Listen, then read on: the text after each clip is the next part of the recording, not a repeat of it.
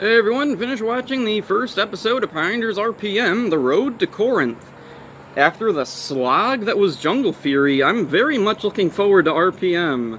The first episode starts with a woman explaining the premise. Her tone is worried and rushed. Her narration is accompanied by computer graphic visuals.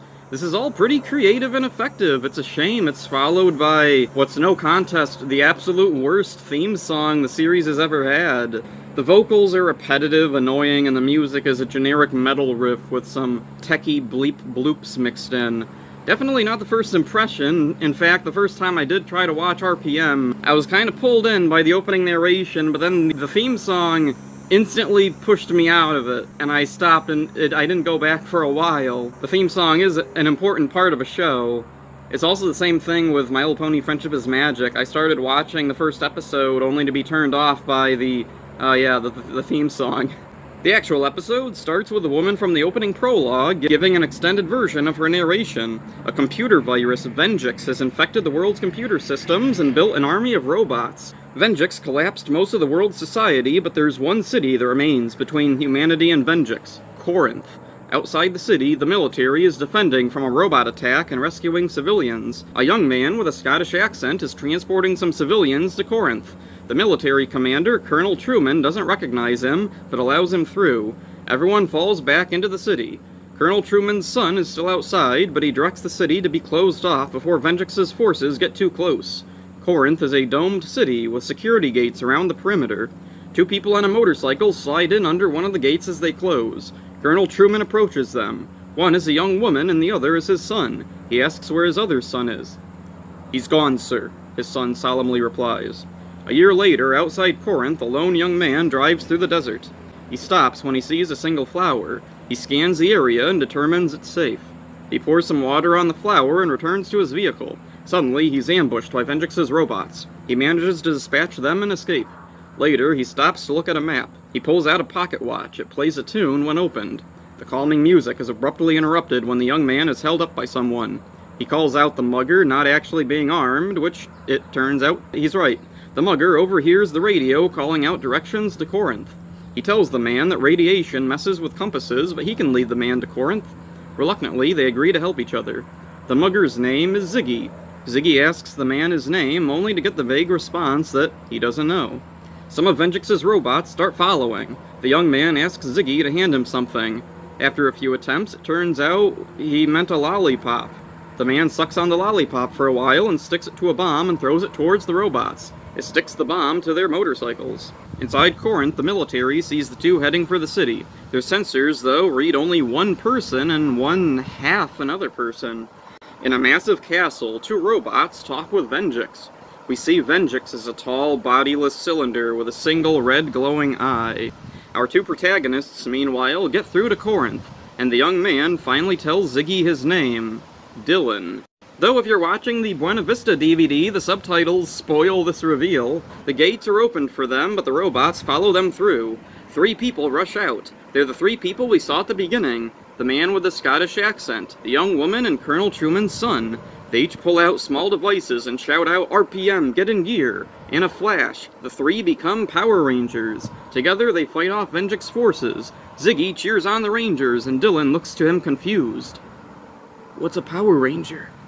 This premiere is definitely the most shocking in the Disney era. Tonally, stylistically, it's completely different from everything that's come before. The only season closest, I'd say, in tone and style is Lost Galaxy. There was a clear vision here, something I can't say for most other Disney seasons. The biggest influences here are Mad Max and Terminator. Mad Max for the setting and vehicle aspect, and Terminator for the robot villains.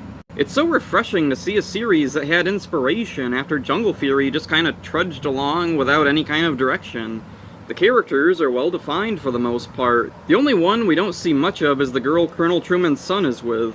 Dylan and Ziggy are the main characters for this episode, and once again, it's refreshing to see focus not on the Rangers, but on civilians. It's a good way to establish that this season will put characters and story first over the Rangery side of things. And the other interesting thing, we don't have a focus on the Red Ranger specifically. Now, the Red Ranger may go on to be an important character later. After all, he's the Colonel's son. He's in a position of power, and I could definitely see him becoming a main character somewhere down the line, but at this point, Dylan is the main character. Like, over Ziggy, over anybody. We actually know Dylan and Ziggy's name before any of the, like, standard Rangers. Red, Yellow, Blue Ranger. We don't know their names. We know these two, who aren't even Rangers. And as far as I know at the moment, I don't know if they're going to become Rangers. The past few seasons suffered from a lot of issues, mostly stemming from a lack of balance between character and story and the elements from Sentai or Bandai. If there's any weak point here, unfortunately it's the villains. At this point, though, we barely spend any time with them, so there's plenty of time in the future to expand on them. The two robot minions of Venjix don't particularly stand out. They have basic, generic bad guy voices, and while they both have cool designs, we haven't seen enough of their personalities yet. All I know at this moment in the show is that they're excitable, which admittedly is already a huge improvement over the past couple seasons' villains. Ask me to describe a trait of Carnosaur, Mordecon, or Camdor. I couldn't give you one. Venjix shares his name with the Machine Empire General of Forever Red. This, surprisingly, didn't create much speculation. Everyone just seemed to unanimously accept that these were two separate beings. I don't know if this is because of future retcons, or the post-apocalyptic setting. Personally, I thought this fit in perfectly with Forever Red's Venjix. By the end of the season, I definitely see more similarity between them than Beast Morphers Evox. This is an absolutely stunning episode for Power Rangers. Aside from the theme, the music adds a lot. Unlike previous seasons, this one uses some pop-style background songs. It's kind of like the couple of times Mighty Morphin would use background pop music, like in The Wedding Part 1. We've definitely come a long way from Ninja Storm's annoying stock music. RPM is unique for many reasons. One is the cast and crew. Disney made it no secret they weren't proud of Power Rangers. Just look at their merchandise produced during their tenure. Rarely will you see the Disney logo presented clearly. Usually, they'd instead use Buena Vista or Jetix. This seeming embarrassment led to them not often assigning the show to their A talent. Ninja Storm and Dino Thunder were mostly Power Rangers alum and New Zealand locals. SPD had Gregor Anowitz, whose Disney credits include Jim Henson's Dinosaurs and the infamous live-action The Country Bears. So yeah, not stellar credits there, at least not half of them. Bruce Kalish stuck around the longest in the Disney era of Power Rangers. His career before Power Rangers was mostly one-off scripts for sitcoms. Disney utilized the New Zealand stunt crew of Power Rangers for their TV movie Wendy Wu, and probably wish more people remembered that than Power Rangers. RPM's producer and head writer is Eddie Gazzellian. Unlike the previous producers and writers, he actually had some impressive credits with Disney. He was a writer on the Tigger movie, Cinderella 3, and Lilo and Stitch 2, and a producer on the cartoon American Dragon Jake Long.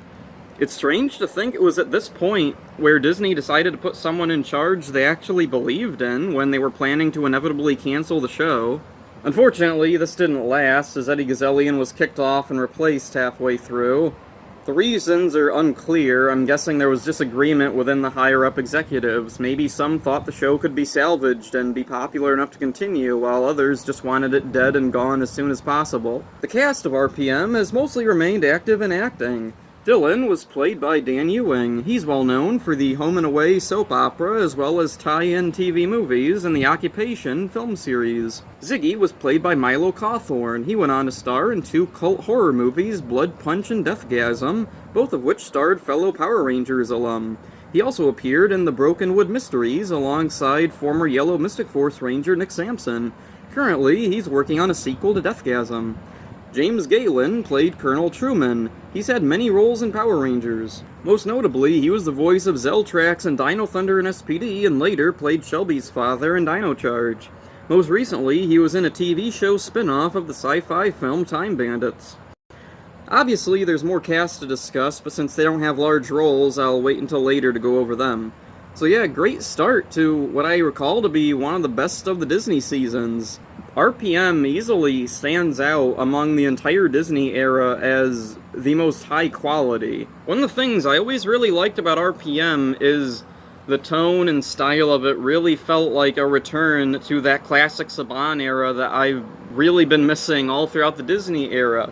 When I was younger, And Time Force, Wild Force was very different than the previous couple of seasons. In Space, Lost Galaxy, Lightspeed, Time Force. Those all had their own kind of similar tone. It was kind of going in a slightly more serious direction, but there was also the camp and goofiness that you associate with Power Rangers. Wild Force had like a bizarre sincerity to the campiness of it. And then Ninja Storm comes along and just goes completely full-on, like, this is goofy and we know it. Dino Thunder, I don't really know exactly what they were going for. It's goofy, but we don't know it. Kind of is what it felt like. I don't really know how to explain Dino Thunder.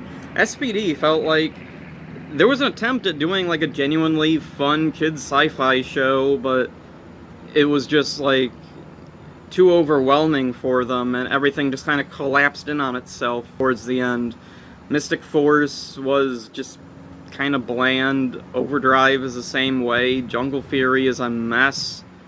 But RPM comes along, and all of a sudden it gets a lot better.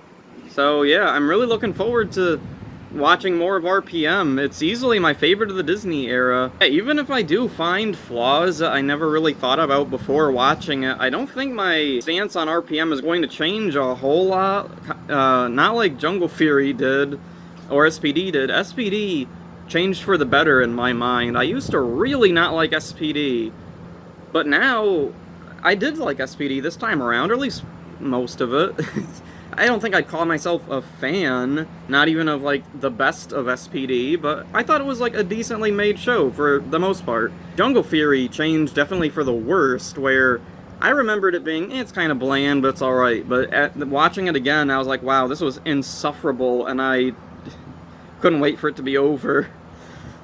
So yeah, RPM, off to a great start. Love this first episode, and one of the interesting things with Power Rangers, premiere episodes are usually pretty strong, and this is a really strong episode, and it's a very unique episode. It definitely doesn't feel like any other Power Rangers episode. So that's it for this one. Hope you enjoyed it.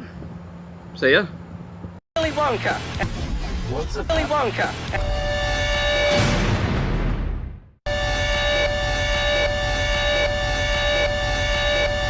Willy Wonka.